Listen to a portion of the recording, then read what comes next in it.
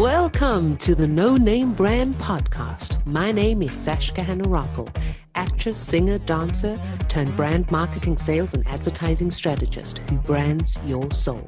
And each week I bring you an inspiring person or message to help you discover your undergod.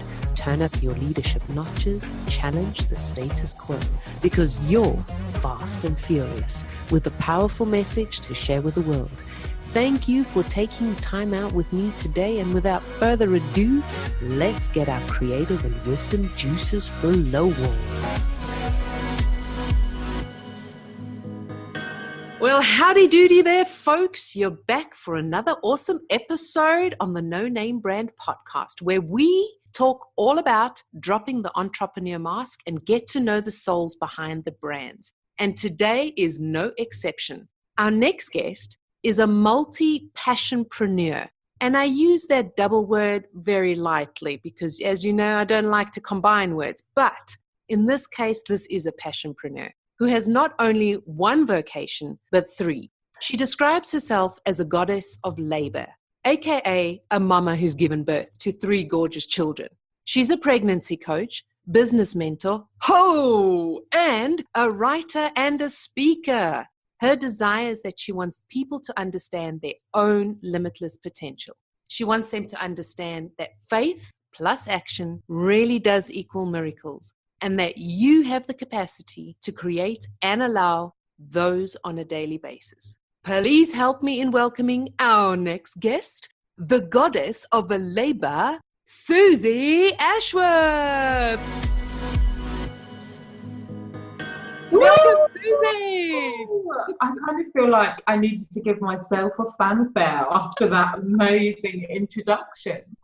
I don't know if I have called myself a goddess of labour. You have, actually, at your TEDx talk. Oh my goodness! Yeah, I was paying attention. I'm going, I like that, goddess of labour. I'm going to do that for myself as well.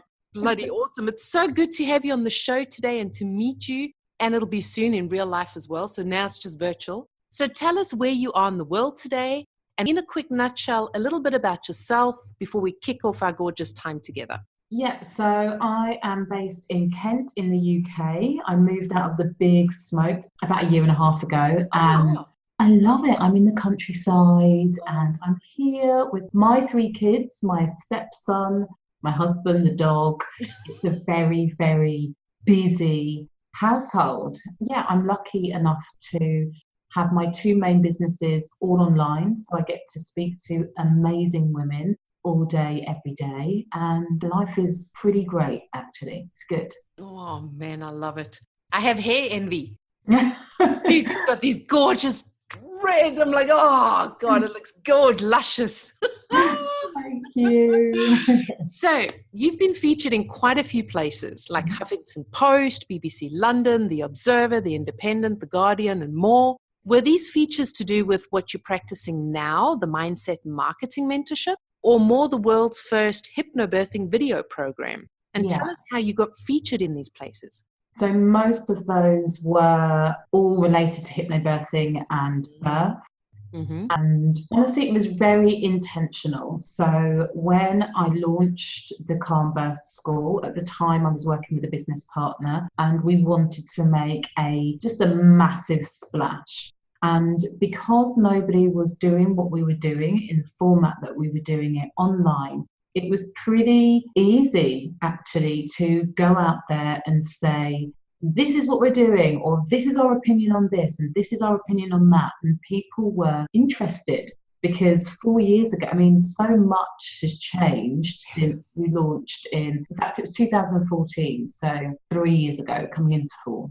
Changed since then. Oh yeah, I know. I haven't got our fingers. So much has changed since then. Lots of people now are doing the whole online marketing thing and creating courses. So the marketplace is quite crowded, but at that time, it was new, it was fresh, and we were very opinionated because all of the other programs that were out there were talking about arming and rose petals, your vagina opening like a rose petal, and it all felt very crunchy and very hippie, which I have no issue with that. I'm a not so closet hippie anymore. I love all of the woo, but at the time it was quite alienating for the other side of my personality, so the women that we were talking to, so the media people, the lawyers, the city women who were control freaks, who were pregnant and had never really thought about pregnancy and birth until the moment that they got pregnant, and then were freaking out about the idea of giving birth.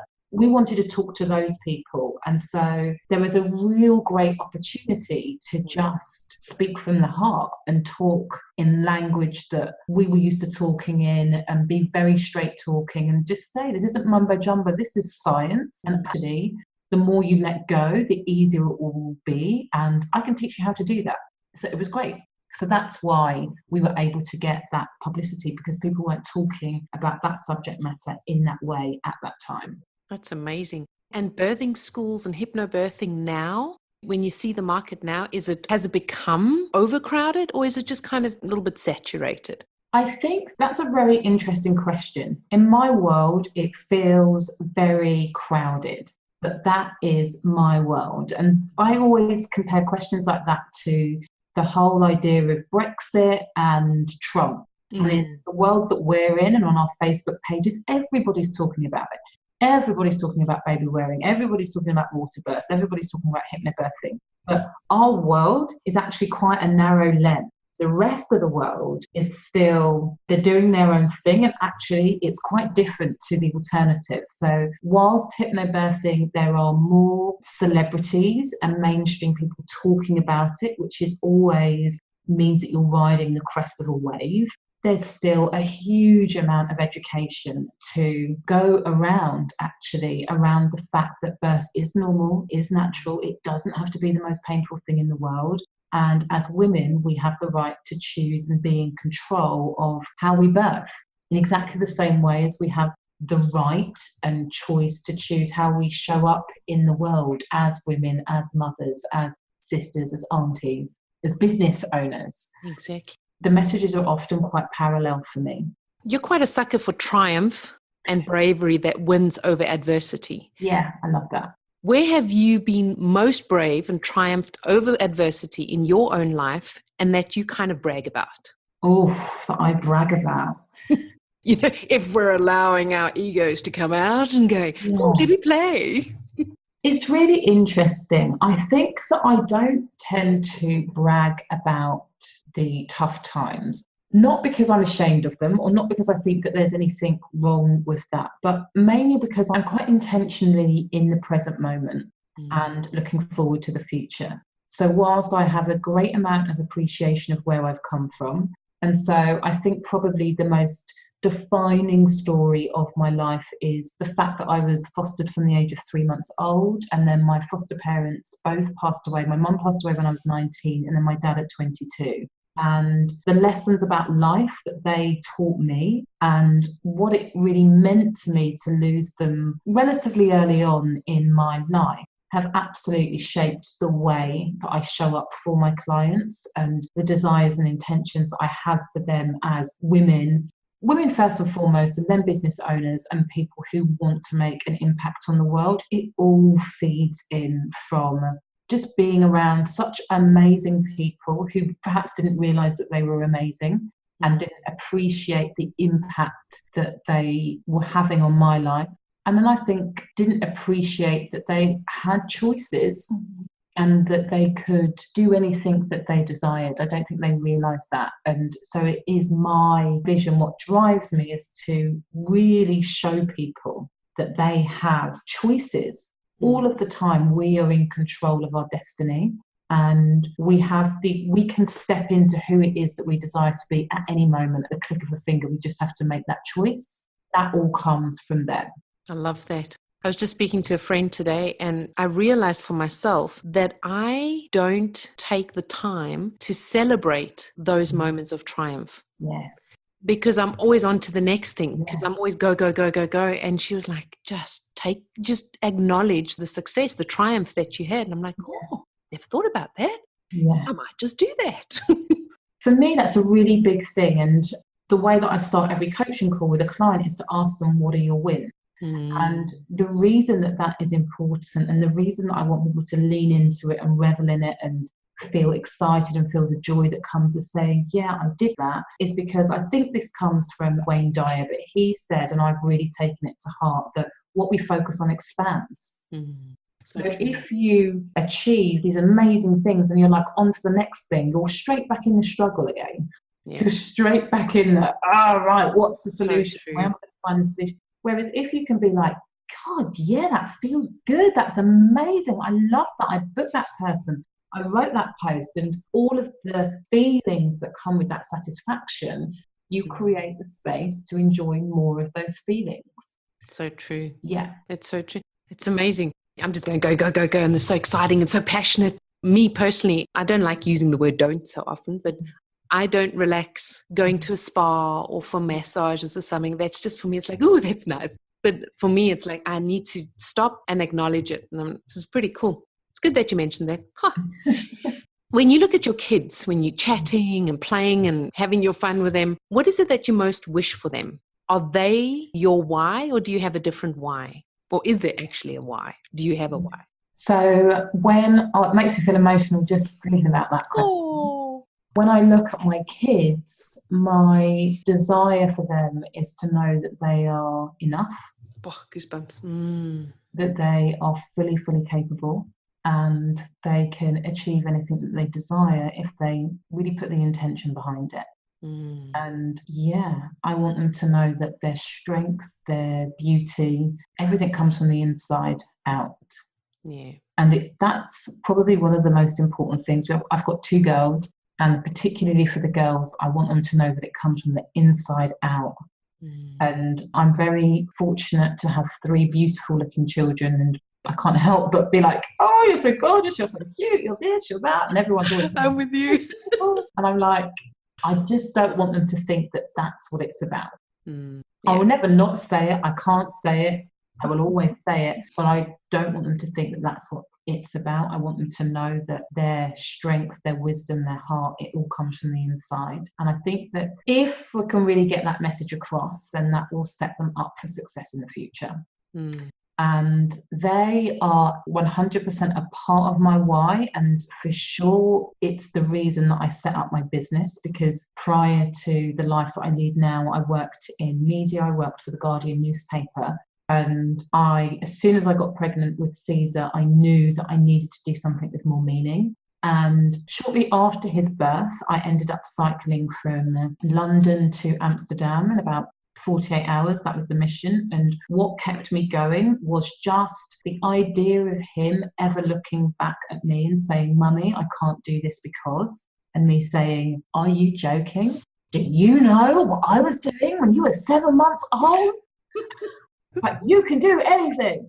So it's definitely part of my why. But I also think that my children are amazing. And as parents, we're very, very lucky. We're so lucky because we have to really mess up big time for our kids to stop loving us. Yeah. You can be pretty much one of the worst people in the world and your kids will always love you. So true. And so I find for a lot of people, although it starts off with their kids being a motivating factor, because we know deep down we don't need to be the most successful, we don't have to have the biggest impact for our kids to still love and respect us. That having a wider why is important to really take you through the tough times. And for me, the wider why is really what I was saying earlier on. Like, I want to die knowing that I helped as many women as possible understand that they, as they are so, so powerful and can really create a miraculous life whilst impacting and making a positive difference in the world. When I see people who come to me, their confidence is so low, they have a little kind of seed of an idea and they take the leap of faith and say, yeah, I want to step into this. And then watch them just bloom, watch them changing other people's lives because they've given themselves permission to step into their light. That's like, for me, oh, I love it. I love it. I'm just envisioning, because you were mentioning before that you worked at The Guardian. So what I was envisioning is, so you went from working in an office, how did you get into hypnobirthing and pregnancy coach, and then the marketing mentorship, and whoever, or was there someone looking over you, like you were mentioning now, but you are looking over others, that person was watching you blossom and grow and going from strength to strength? Yeah. So I knew that I knew when I was pregnant, control freak in me wanted to just not be in the hospital, not have other people tell me what to do. I knew that I wanted to have a home birth, not because I'm a crunchy mum, but just because I'm a control freak. And I thought, I'll have the best chance of keeping stuff in control if I'm in my own environment. So I started to learn hypnobirthing.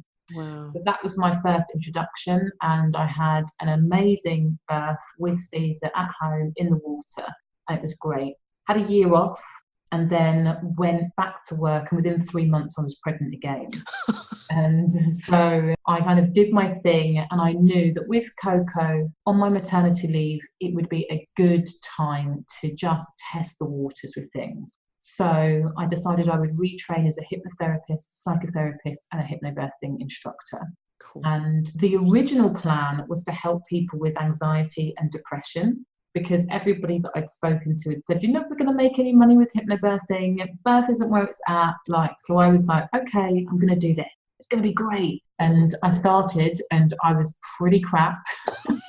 I was like not good with anxiety in the general sense, not good with depression. A lot of the skills and techniques I was able to channel into birth, and birth felt much more exciting. I was that much more connected to it because I'd had 2 of my own amazing births. So I decided to focus on the in-person hypnobirthing. At the same time, I'd seen an advert for an online marketing course, and I thought I'd seen it the year before and it wasn't right for me the year before. And I just thought, let's give it a go. Yeah, it was a big investment at the time, but I decided to go for it, and it was one of the best decisions that I have ever made. And 3 weeks into that program, I came up with the idea for the Calm Birth School. Cool. And so I approached somebody who I had met for coffee when I was just starting out with the hypnobirthing, and I said, I've had this idea. What do you think? Do you want to join forces? And she said yes. And 3 months later, we started filming. Unbelievable. So, that is so cool. That's how that started. And then because it made such a splash, and because I realised that all of the work that I'd been doing at The Guardian, I'd been in media for 12 years. I was head of sales of one of their departments when I left. There was so many of my other skills I was able to bring to the table when marketing the Calm Birth School and setting everything up. And because it made such a big impact so quickly, people began asking me, how are you doing that? What did you do? And so I then began to I put on my first webinar summit, which was a nightmare actually. But it gave me the taste, and I realised that what I was teaching people in birth, which was empowering them, which was about showing them the tools. So first of all, it was giving them the idea that they could believe in themselves, and then giving them the tools for them to get the result that they wanted to get. That was what I was really doing in the business mentoring. Showing them what they should believe in themselves, and then sharing the tools that they needed in order to turn their dream into a reality. And yeah, it grew from there, and I've loved it. And really, the business mentoring is by far the biggest side of my business now. Wow, isn't that amazing? Yeah. And did you have a mentor watching you? So when you were saying about the watching over me, I had a 2 years ago, because around this time 2 years ago, I was doing another call and a question was asked, and it really triggered me. And I realised that for much of my life, I had felt like if I don't do it myself, then it doesn't get done. Like I'm the best control freak. No, this one. Oh, yes.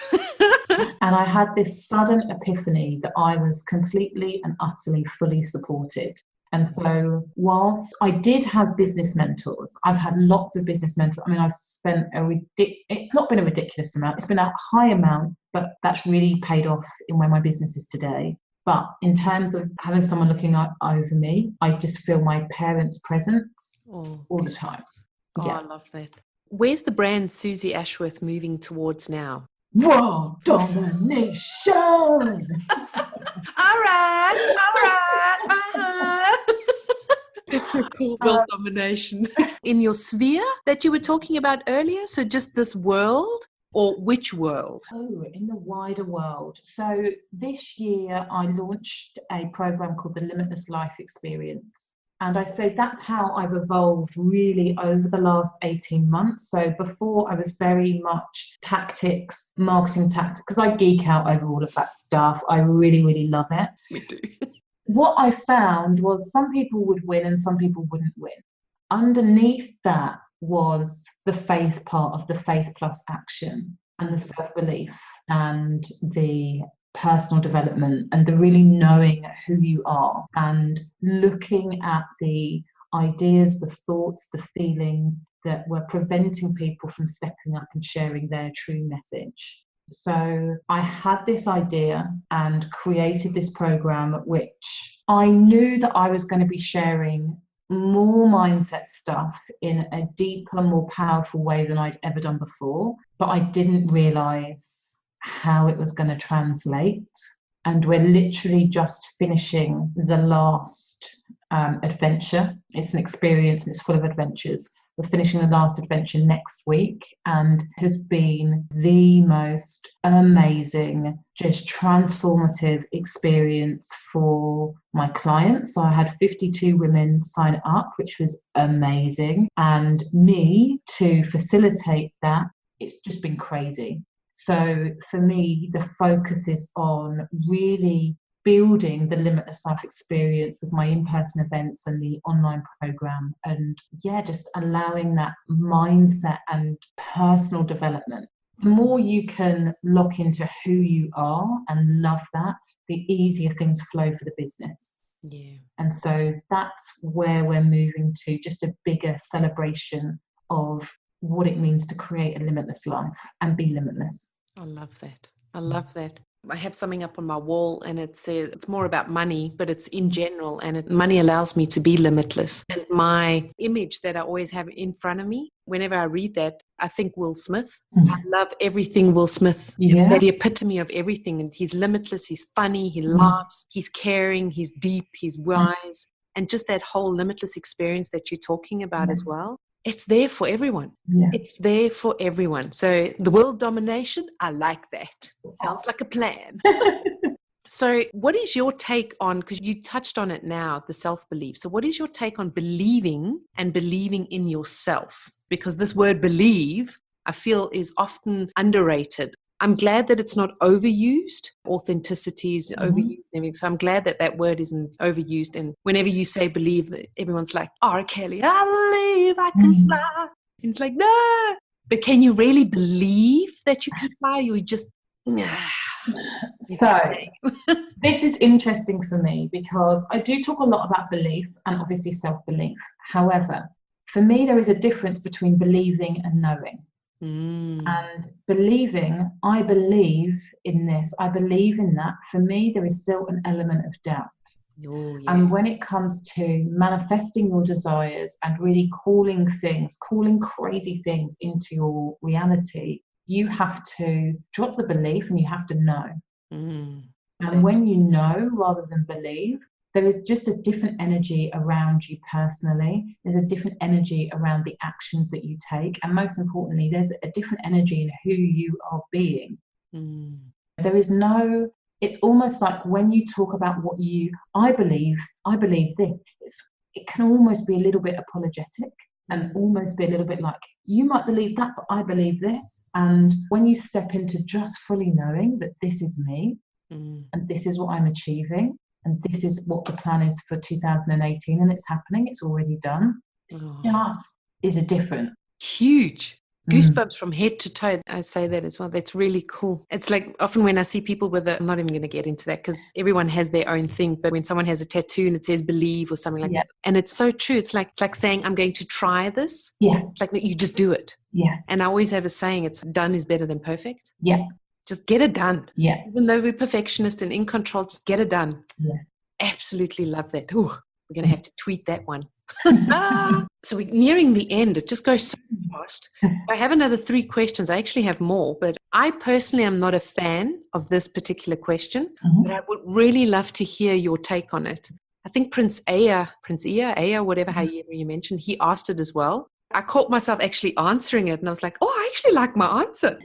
What I want to know from you, what words of wisdom would you give your younger self if you met her in a diner? What would I say to my younger self? That you're going to be okay, that you do not worry. Just don't worry, you're going to be okay. So when I was younger, I was a little bit of a dick.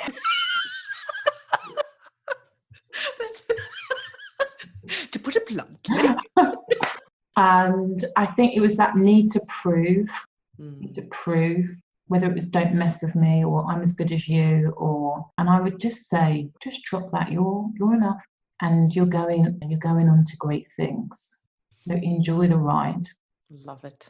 I love it. So my last two questions, I ask this all my guests. The first one being, if you would want to change or challenge the world, how would you want to do this? My challenge for the world would be to invite every single child to be doing meditation and mindfulness in schools. I think that has the capacity to change the world in epic proportions. Yes.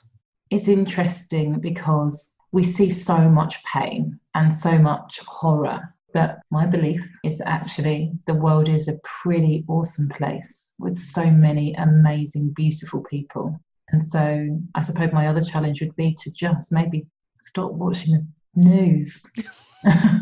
Yes, stopped that a long time ago. Yeah. Do something nice for someone next door. Yes, exactly. Like Ellen says, be kind. Just be kind. It's so easy. It's the easiest thing to do. It doesn't cost anything. I'd love your take on 3 of my values where you fill in the blanks. Okay. So, creativity for you is? Writing.